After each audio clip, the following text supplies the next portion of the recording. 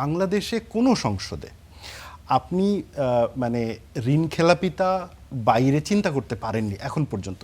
ভবিষ্যতেও আমি আশা করি না হবে, সেটা বিএনপি সরকার থাকুক আর জামাতের সরকার আসুক বা অন্য কোনোটা হোক। এটা তার দায়িত্বের জন্য আমি ধন্যবাদ দিব না অবশ্যই। আমি আমার নিজের গ্রুপের একজনকে মানে প্রোটেক্ট না করে আমি বার্তা দিতে চাচ্ছি, আমার মনে হয় না যে সেটা খুব একটা এথিক্যাল প্র্যাকটিস সরকারের দিক থেকে। ঋণ খেলাপি হওয়া চট্টগ্রাম ৪ আসনের বিএনপি নেতা আসলাম চৌধুরীর প্রার্থিতা আদালতে বাতিল করা হয়েছে এবং এই ঋণ খেলাপিদের বিরুদ্ধে শক্তভাবে চ্যালেঞ্জ করার কারণে আমরা দেখেছি যে কয়েকজন নির্বাচনে অংশ নিতে পারেননি। আইনের ফাঁকফোকরে কেউ কেউ হয়তো নির্বাচিত হয়ে সংসদে পৌঁছে গেছেন। চ্যালেঞ্জের পরে বেসরকারিভাবে নির্বাচিত হয়েও যে তিনি আসতে পারলেন না, শপথ নিতে পারলেন না, সরকারের যদি আমরা ধরে নিই এটা এক ধরনের মেসেজ, আপনি কিভাবে দেখছেন? আমি ব্যাপারটাকে একটু বিচার বিভাগের জায়গা থেকে দেখতে চাই, শুধু সরকারের আলাপে না। কারণ সরকার নিয়ে আমরা অনেক আলাপ আলোচনা করি, কিন্তু বিচার বিভাগের স্বাধীনতাটা খুব জরুরি। আমি এই কেসটা একটু ফলো করছিলাম। যে ব্যক্তি সংসদ সদস্য সম্পর্কে আলাপ এসছে, দেখেন তার অনেক যুক্তি থাকতে পারে তার জায়গা থেকে, এবং কিছু যুক্তি হয়তো বা যৌক্তিকও। তিনি ব্যবসা করতে পারেন নাই, বিরোধী দলে ওপরে আমরা জানি যে ইতোপূর্বে অনেক ধরনের নির্যাতন ছিল এন্ড এভরিথিং, কিন্তু এবং মোটামুটি ধরেন 11 জনের মতন সংসদ সদস্য স্টে অর্ডার নিয়ে সংসদে এখন আছেন। ঋণ খেলাপ তাদের প্রতিষ্ঠানের ব্যাপারে এই অভিযোগগুলো আছে। আমি জিনিসটাকে দেখতে যাচ্ছি বিচার বিভাগের জায়গা থেকে, এবং আপনি যদি এই দুইটা মানে সেই সাংসদ এবং তার যারা বিরোধী দুইটা প্যানেল দেখেন, প্যানেল কিন্তু জামায়াত এবং বিএনপিতে ভাগ হয়ে গেছিল।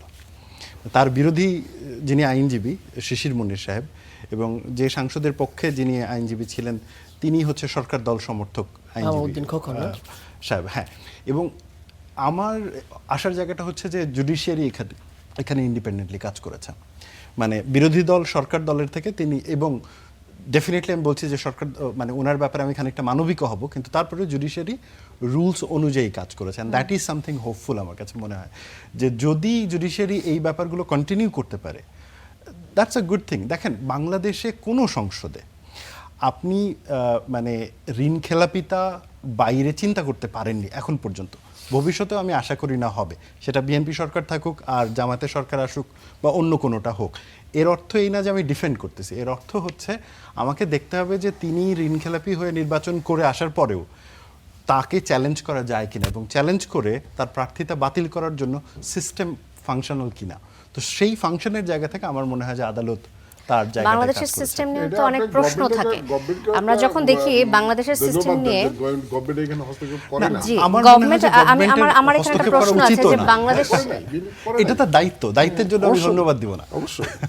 আচ্ছা, আপনি বলছেন দায়িত্বের জন্য ধন্যবাদ দেবেন না, কিন্তু আমরা অনেক সময় দেখে থাকি বাংলাদেশের সিস্টেমগুলো এমন থাকে যে বিচার বিভাগ বা বিচার বিভাগের স্বাধীনতা নিয়ে অনেক প্রশ্ন আসে।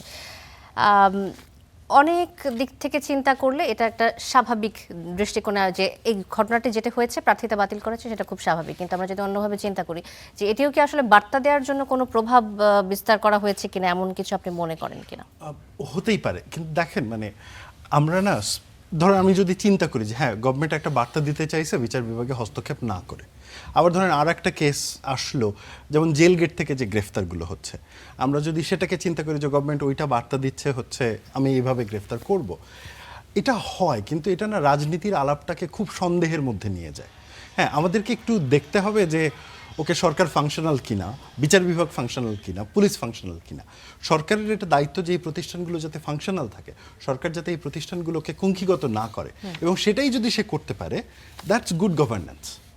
এবং গুড গভর্নেন্সটাই তার দায়িত্ব, এবং সেজন্যই বলছি আমি আমাদের সরকার পক্ষের সংসদ সদস্যের সাথে মানে এক জায়গায় একমত যে হ্যাঁ মানে আমাদের সোসাইটিতে এগুলো এত মানে অদেখা টাইপের ব্যাপার যে একটু ধন্যবাদ দিতেই হয়, কিন্তু এটা তো আমি ওই জায়গাতে যাবই না, কারণ এইটাই স্বাভাবিক, যেইটা স্বাভাবিক সেটাই ঘটা উচিত।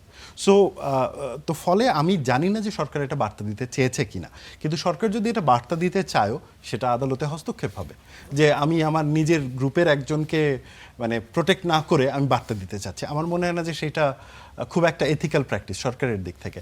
রাদার আমি এখানে ফোকাস করব যে ওকে ফাইন, একজন ক্ষমতাবান ব্যক্তি, তার ব্যাপারে আদালত সরকারের প্রভাবের বাইরে গিয়ে রায় দিয়েছে, এবং এইটাই বিচার বিভাগ হওয়া উচিত।